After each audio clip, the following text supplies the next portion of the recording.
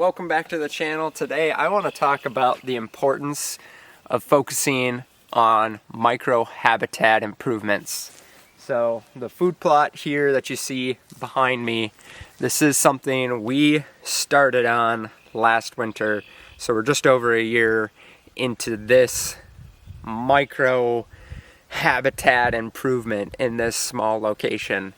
And what I wanted to share today is how having that micro focus, taking these chunks into smaller portions, but having all the features you need to make it a good hunting location, is what I'm going to share today, and how we're rolling this into new spots now going into this next season.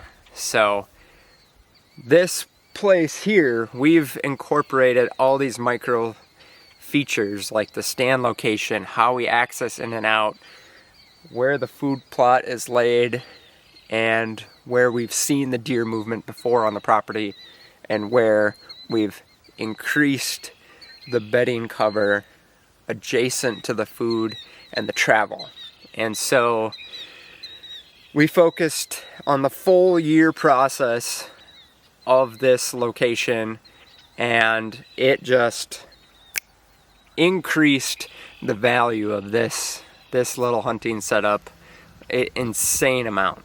Rather than trying to focus on so many parts of the property, you can do these things on 5 acres to 5,000 acres, and it doesn't really matter. You know, it's really trying to remember all the features that go hand in hand with the spot, so then you can actually level up all the habitat features for that location, and you can do it in small amounts of time and little equipment, and you're prioritizing something with hyper focus, so you're going to get a lot more bang for the buck.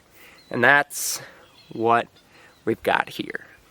So I actually shot a doe out of this in, well, it was Halloween, October 31st. Stood there at 18 yards. We figured this setup out so it would be a nice, easy to get to morning location for bow hunting.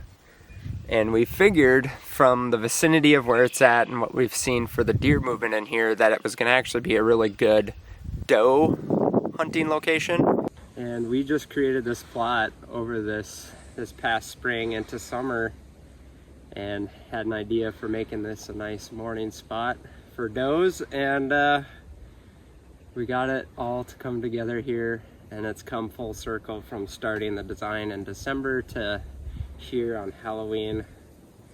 We've got meat on the table.